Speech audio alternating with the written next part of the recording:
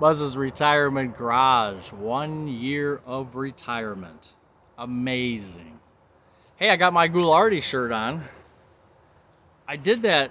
I did a 6 month retirement video where I was wearing this shirt. So I thought, apropos, that I wear it again for the 1 year anniversary of my retirement.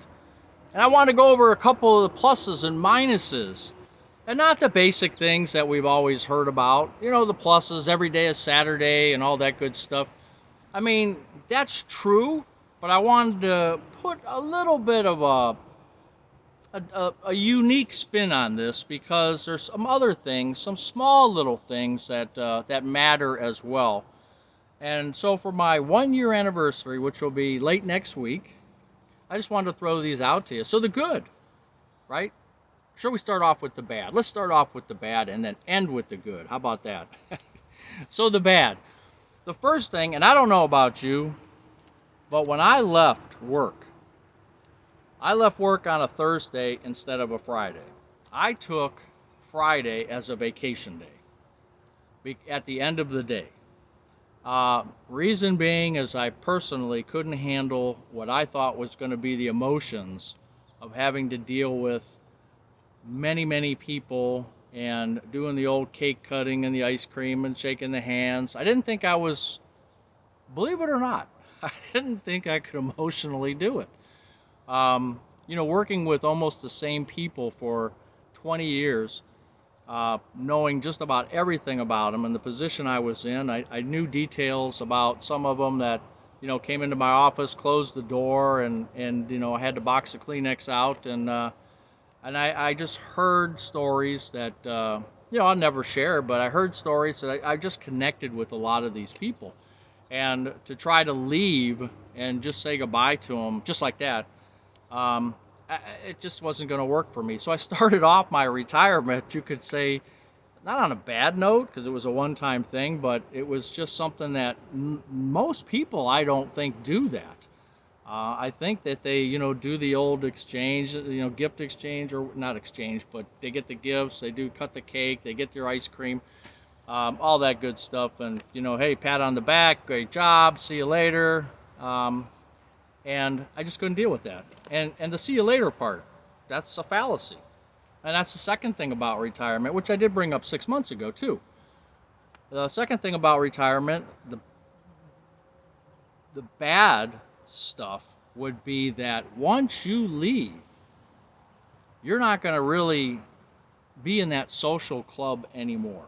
And I did a video about a month or so ago about no friends in retirement. It's a thing, and it's taken off, and it's because it's hit a nerve with people, because once you leave that social club that you call work or employment, you are out of sight, out of mind, and you're not going to have those interactions anymore. Now, I'm speaking generally. Specifically, some people do. They go back to work, you know, go talk to their, you know, they text and they call and they stay in touch. But generally speaking, once you left those dozen, 50, whatever people, you're not going to have those social dealings. You remember when they used to walk by your office or your workstation or your desk, and they would say, hey, you know, how did your graduation go, or how did the wedding go, or hey, daughter had a baby, or your son got married over here, or whatever. And now that's done, and it's very odd. It's a very odd thing that, and luckily I have a spouse that I can talk to every day. But you know, there's a lot of people out there, according to the comments on that video, there's a lot of people out there that don't have that spouse, that they wake up, you know, by themselves. They don't have their workmates anymore, and that is a real thing. So that's a drawback. The other, and I'll just leave it at this, is the third thing would be you're your own boss now. You're self-employed, and some people worked for the man for a reason, because they're not good at being self-employed. They have never tried it before. Now that you're retired, you're self-employed. And you're probably asking yourself, well, I'm not employed anymore, so what are you talking about? Well, you are. You're employed because you need to be motivated. You need to be exercising. You need to be doing some things that, remember, you were in a, if you haven't retired yet, you know the feeling. You're doing this, you have to be at work. You have to do this. You have to do that. You're accountable. At the end of the day, they give you a paycheck because you're accountable to get something done. Well, in retirement, you're self-employed. You're not accountable to anybody but yourself in most cases. So what are you going to do to keep yourself motivated? And what I mean by that, are you just going to get up and sit on the couch all day long? And there's nothing wrong with that if you do. Occasionally, that's okay, because you earned it. You worked 30, 40 years. You earned the opportunity to sit on your couch and do nothing if you choose. But doing that too often, as they say, once you retire, you die. And I don't believe that at all. Not for 1 minute. But you can stagnate if you let yourself. So as your own boss, you do need to keep motivated and keep doing things and stay active mentally and physically. And I'm not that good at it myself. Now, mentally, I try to stimulate myself by doing these videos, coming up with ideas in retirement of things to talk about. But physically, I mean, my wife and I are trying to do these 30-minute aerobics and every day. Let's walk across America.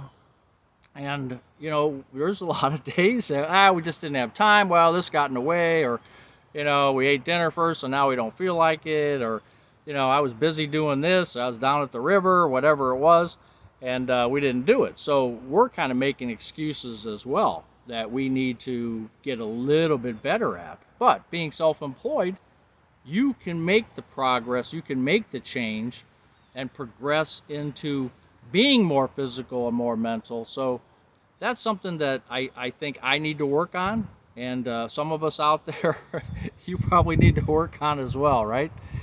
So those are a couple of the drawbacks, a couple of the good things.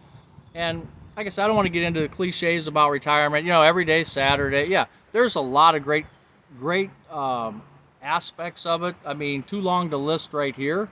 But a couple, like I said, off the wall type of things. Well, number one is not off the wall, it's stress. And I'll keep bringing this up because for me, that is by far, the number one greatest thing about retirement is the reduction of stress. And I cannot emphasize it enough. I'm not even close to anything else in the top 100, I'm telling you. Stress is the number one thing that is great about retirement. Just not having to do all those things that the man wants you to do, right? Not having to drive, not having to be there at a certain time, not having to perform to get that paycheck. It's amazing. It's absolutely amazing. But a couple of the other things I wanted to bring up was the have-tos. You remember, if you're not working anymore, you're going to remember this. And even if you are working, you're going to catch yourself saying this a lot. I have to. I have to go do this. I have to go do that. I have to stop at the store at lunchtime. I'm not going to have time because I got to get over here, so I have to do this and I have to do that. Well, when you retire, the words have to start to get eliminated from your vocabulary because, hey, I think I'm going to do this today. If I don't, I'll do it tomorrow. Did you hear the have to in there? No, you didn't. So those are one of the greatest things about retirement is losing those two words, I have to. And then number three, and I was just thinking about this yesterday, Sunday football. I just remember, and not everybody watches football and watches pro sports, but I just remember when I was working, and a lot of times we worked a half a day on Saturday. So I worked Monday through Friday, went into work, we worked till noon, 1 o'clock on Saturday, came home, and we got I was able to get a couple errands done, my have-to errands, right? And got the yard cleaned up or whatever.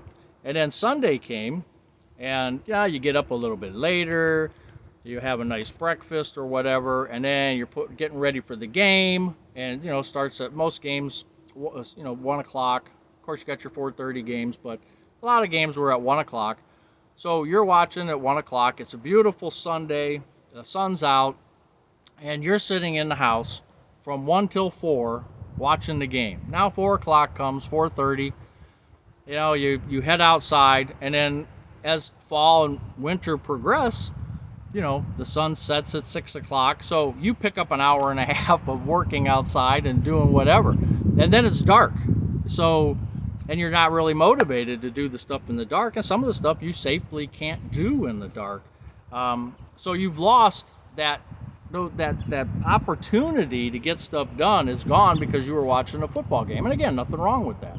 But in retirement, yeah, I'm watching the Cleveland Browns. Yeah, I guess that's a problem in itself. But I'm watching the Browns lose to Dallas, and I'm thinking to myself, geez, I don't have to worry about tomorrow because I didn't get the grass cut today, but I can do that tomorrow, right? So that was great. So yeah, those are 3 things, you know, off the wall type of things that are good for retirement. So 1 year now, 1 year, and I tell you what, I recommend it to anybody who can get out there, who can afford to. Check with your financial people, because the minute you can afford to, you got to do it, man. You got to do it. It's the greatest thing since sliced bread, trust me. Anyway, Buzz's Retirement Garage. Talk to you later.